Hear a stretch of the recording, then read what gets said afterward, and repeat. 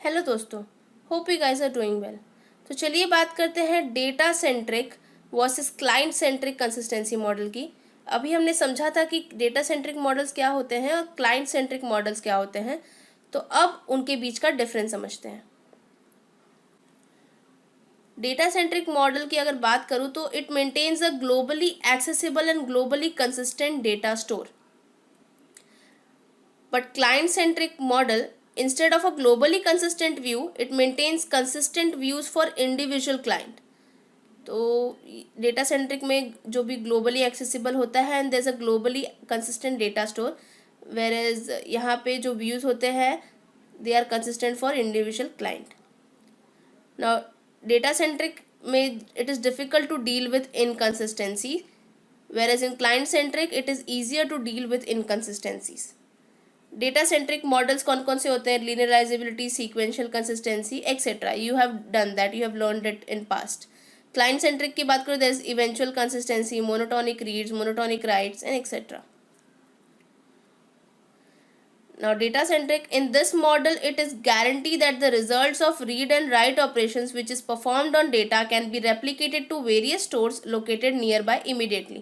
तो जो भी read and write operations perform होते हैं किसी पर्टिकुलर डेटा पे, वो सारे के सारे क्या हो जाएंगे? रेप्लिकेट हो जाएंगे बहुत सारे स्टोर्स में, जहाँ जहाँ पे भी हर एक प्रोसेस का अपना अपना एक स्टोर होता है, मतलब अपना अपना store as in replica of a store to access easily.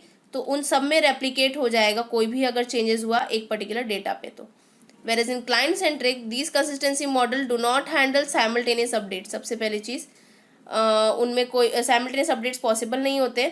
But to maintain a consistent view for the individual client process to access different replicas from different locations has been carried out. लेकिन ये ज़रूर make sure किया जाता है कि individual client को अगर process access करना है, इंडिविजुअल क्लाइंट प्रोसेस जो है उसे डिफरेंट रेप्लिकास को अगर एक्सेस करना है डिफरेंट लोकेशन से, तो वो ये चीज़ कर पाए। ओके, ताकि क्योंकि डिफरेंट रेप्लिकास में डिफरेंट चेंजेस होंगे, तो उनको एक्सेस करने के लिए भी सिस्टम कंसिस्टेंट व्यू बनाया गया है हर एक इंडिविजुअल क्लाइंट के लिए। But simultaneous updates are obviously not possible in client centric approach.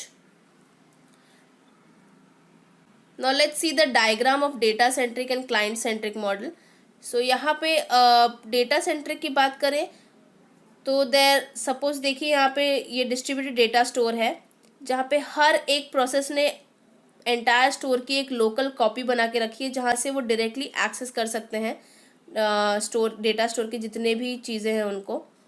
अब क्लाइंट सेंट्रिक का देखें तो यहाँ पे there is a wide area network, जहाँ पे replicas need to maintain client centric consistency, सारे के सारे रेप्लिकाज को। And this is known as distributed and replicated database, जो हमको यहाँ पे दिख रहा है। There is a portable computer over here जो रेप्लिका से कनेक्टेड है, जहाँ पे read and write operations perform होते हैं। Then there is another client and it moves to other location and connects to other replicas transparently. तो ये client क्या करता है, ये दूसरे दूसरे लोकेशन पे जाता है और रेप्लिकास के साथ कनेक्ट करता है। सो या these were the few differences of data centric and client centric.